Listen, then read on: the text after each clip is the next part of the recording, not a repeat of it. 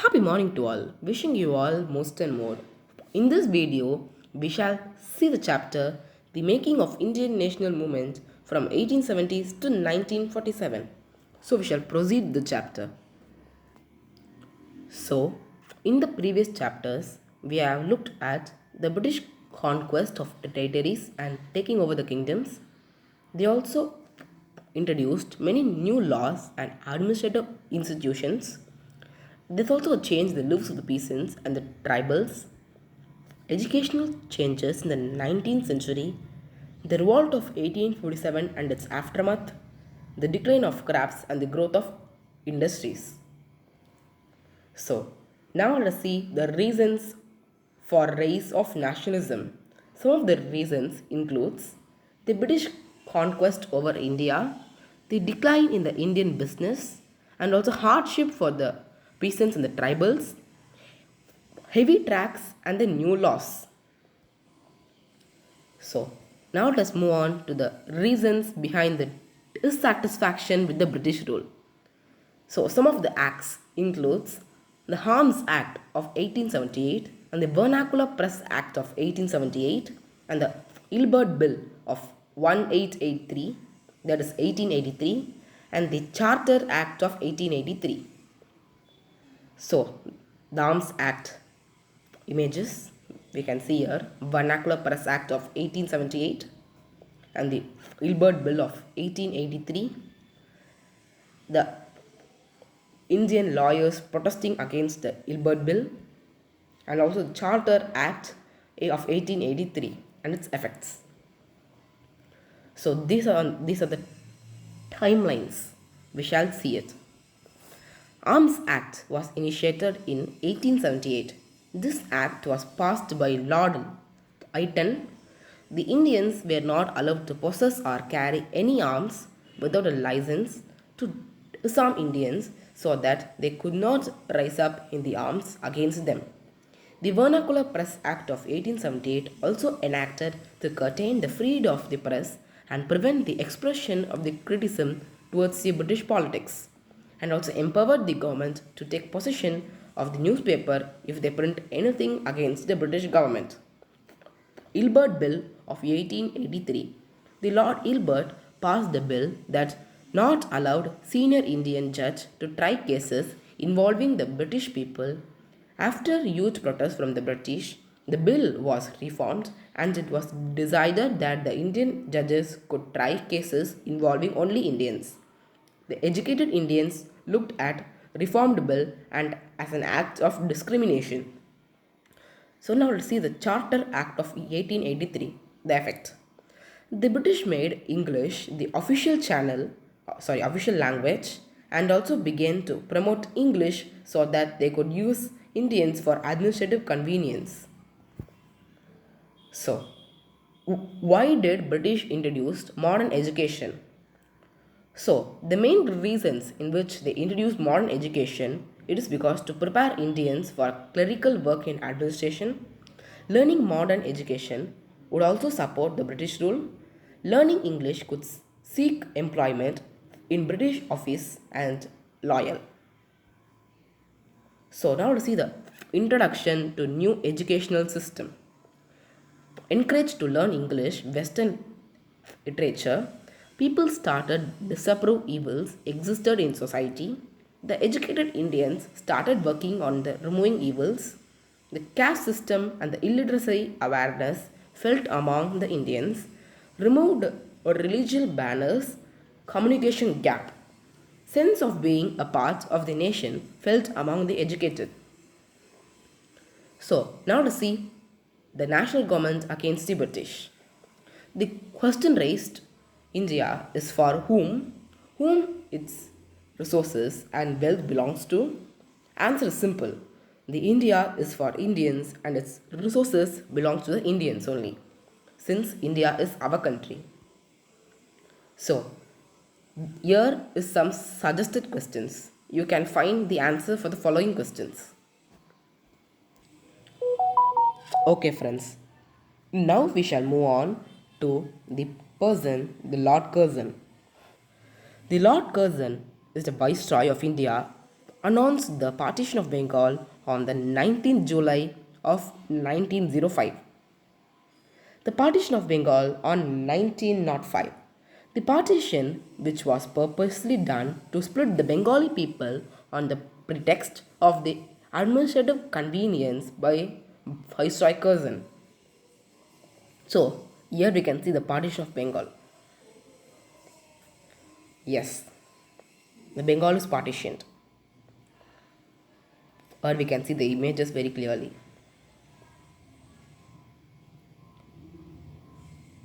The reunion of moderates and radicals. The Lord Curzon ordered partition of Bengal in 1905. The Bengal was the largest Indian province and was a center of revolutionary activities and ideas. Lord Curzon cited the administrative convenience as a reason for partitioning Bengal. The main British motives were to restrict the influence of Bengal politicians and to split the Hindu-Muslim unity. The division of Bengal brought the moderates and radicals together and all the leaders opposed the division. So now let's see the Suraj Split. Lord Curzon, the Viceroy of India, Suraj Split was convinced by him to divide Congress to give it peaceful demands on this dream called as the Swaraj, otherwise called as the Poona Swaraj, that means the complete freedom. Suraj split in 1907. The Indian National Congress, the early nationalist and the assessive nationalist. Suraj split of 1907. Early nationalists wanted Swadeshi and Boycott movement restricted in Bengal.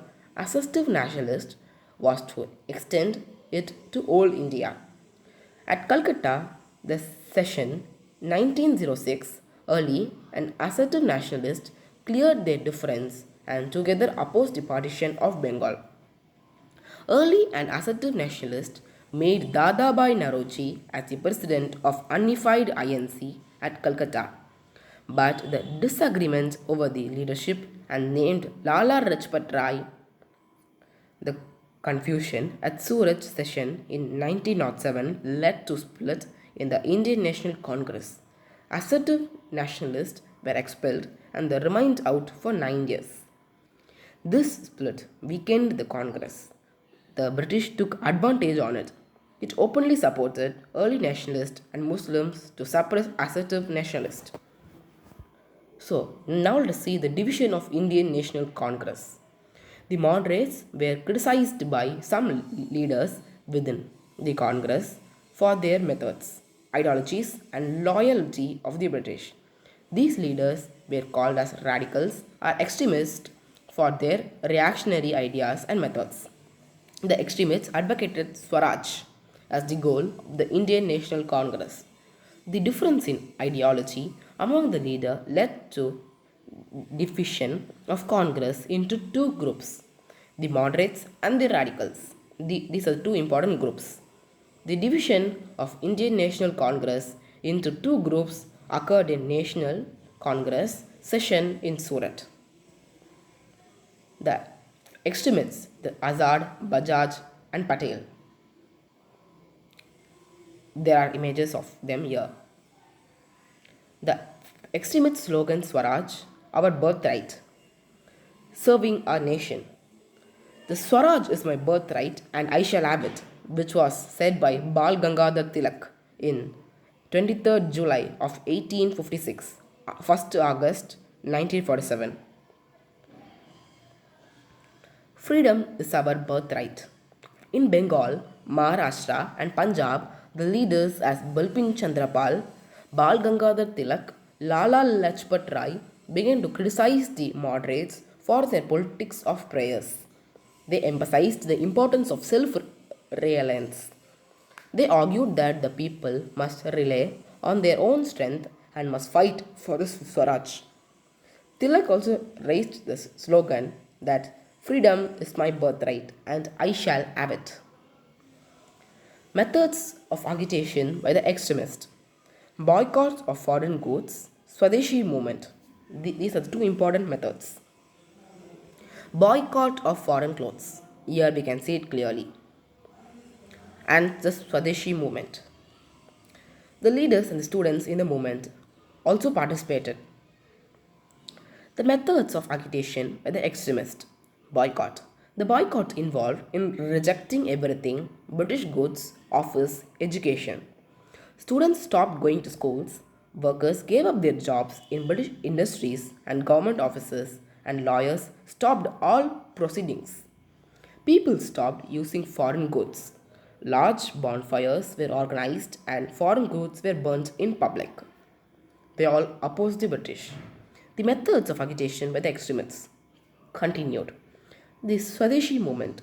Swadeshi movement advocated use of Indian goods to promote Indian industries and crafts. As a result, the British industries were hit hard. The national education was promoted to strengthen nationalist feeling. So, some of the suggested questions are given below. The role of Lord Curzon in dividing India by the partition of Bengal and Suraj Split. How did he succeed in it? So, answer the following. How moderates and extremists agitated against British? Explain. So, now let us proceed with the topic the emerging of political parties. The formation of association at local and the provincial levels. The associations like Poona Swarajanik Sabha, Indian Association, the Bombay Presidency Association, Madras Mahajan Sabha, and the Indian National Congress were set up to mobilize public opinion and to demand civil and political rights. These associations had a common aim of attaining Swaraj, that is the freedom. So, Poona Swarajanik Sabha and Indian Association and the Bombay Presidency Association, Madras Mahajan Sabha, and finally the Indian National Congress. The making of Indian National Congress. The educated Indians felt needed for a larger organization that could meet annually and demand them from the British rights for all Indians. The Indian National Congress was founded in 1885 with the help of the retired English officer called as H.O. Hume. The first annual session on the INC, that is the Indian National Congress, was held in Bombay on 1885. The prominent leaders of INC were Bal Gangadhar Tilak, Gopal Krishna Gokhale, Dadabhai Naoroji, and Banerjee. Indian National Congress first section in 1985.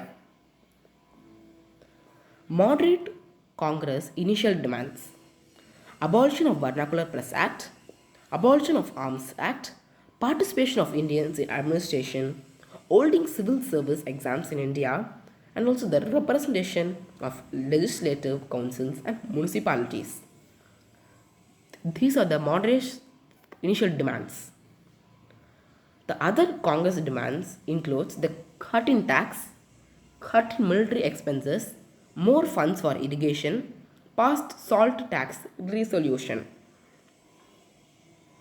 So now let's see the methods adopted by the moderates against British. Non-violence manner proposed. Publish newspaper and news articles and to send representatives to mobilize public union. Freedom is my birthright, which was said by Bal Gangadhar Tilak. So let us see the reasons for the rise of mass nationalism.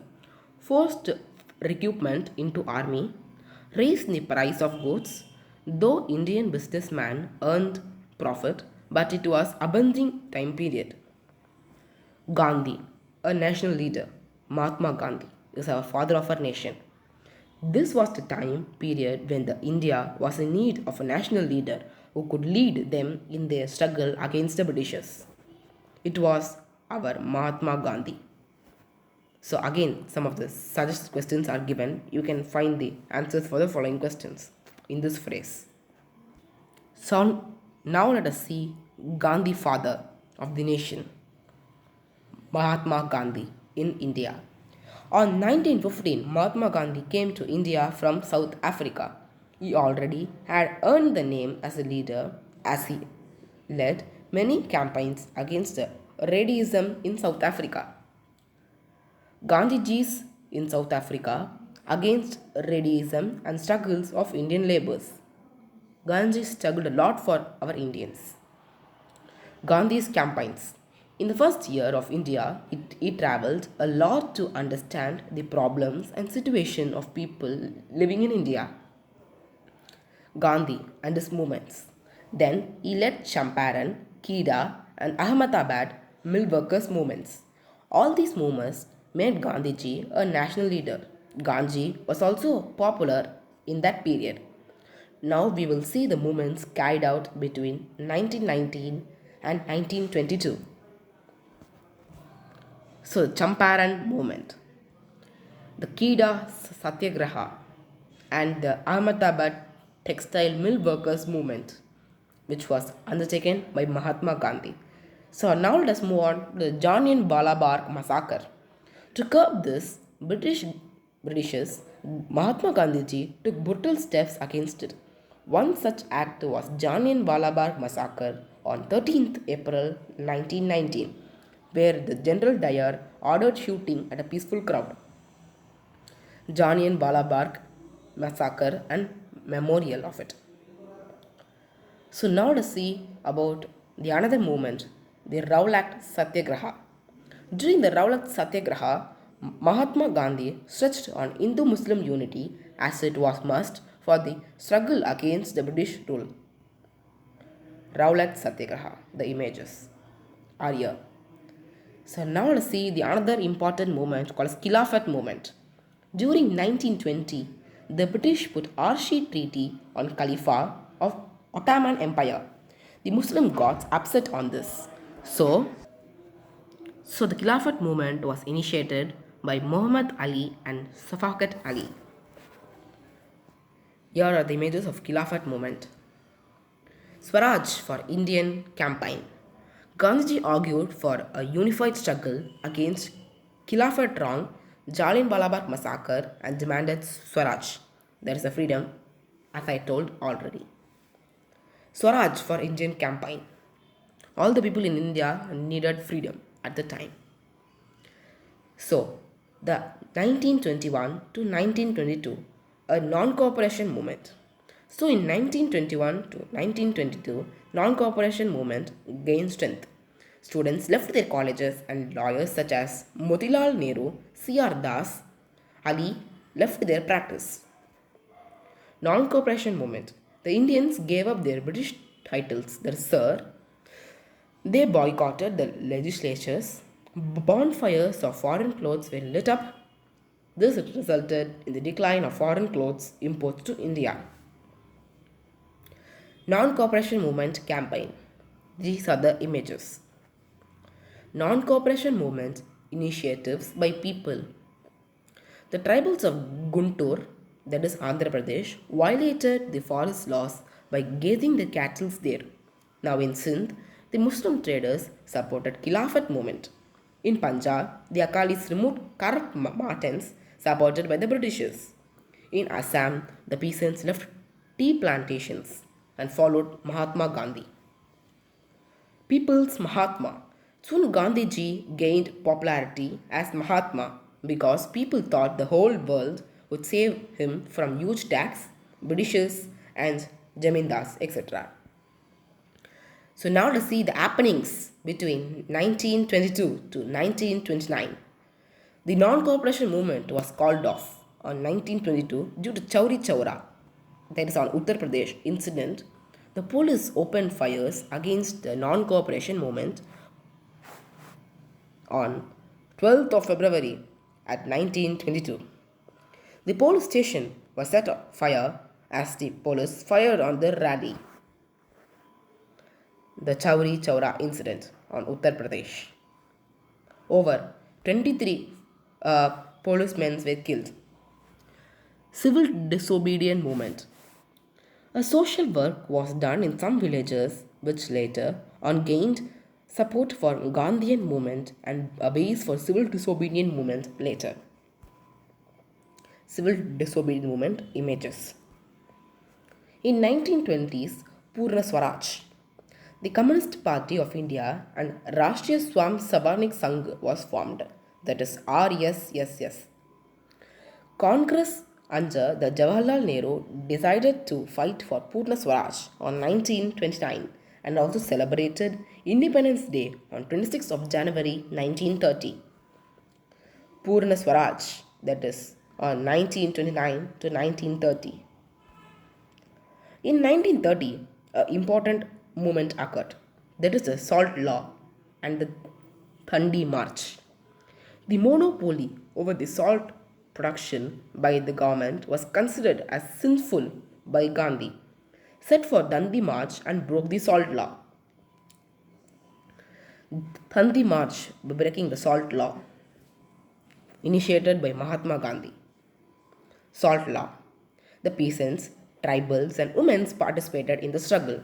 British government tried to stop this by taking harsh steps against the satyagrahas. Benefit of struggle. The Government of India Act of 1935 was formed. The government announced elections to the provincial legislatures in 1937. This was the benefit for the struggle. Various movements which was taken by Gandhi in different parts of the world. So, here's again some suggested questions in this phrase. Gandhiji's movements, his visionary ideas attracted people and the success was gift of independence to India is a fact discussed. The timeline chart on the movements of Gandhiji towards the freedom struggle. So now let us move on to the next topic, the British policy of divine and rule. Threatened by the Hindu-Muslim unity during the anti-partition movement in Bengal, British spread the belief that the political and economical interests of Hindus and Muslims were different. The belief resulted in the formation of Muslim League and the Morley-Minto uniforms. Morley-Minto reforms. To destroy Hindu-Muslim unity, it introduced separate electorate for Muslims. Separate constituencies were set up from which only Muslims could be elected. So the British policy of divine and rule. The brief resulted in the information of Muslim League and the Morley-Minto forms. Destroy Hindu-Muslim unity, it introduced separate electorate for Muslims. On the other hand, a new group was formed. All India Muslim League was formed on 1906 at Decca, formed by the landlords and Nawabs, supported the partition of Bengal. The Muslim League images. Muslim League. The Muslim landlords and Nawabs formed All India Muslim League at Decca in 1906. Sir Hanga Khan as the first president. League supported the partition of Bengal.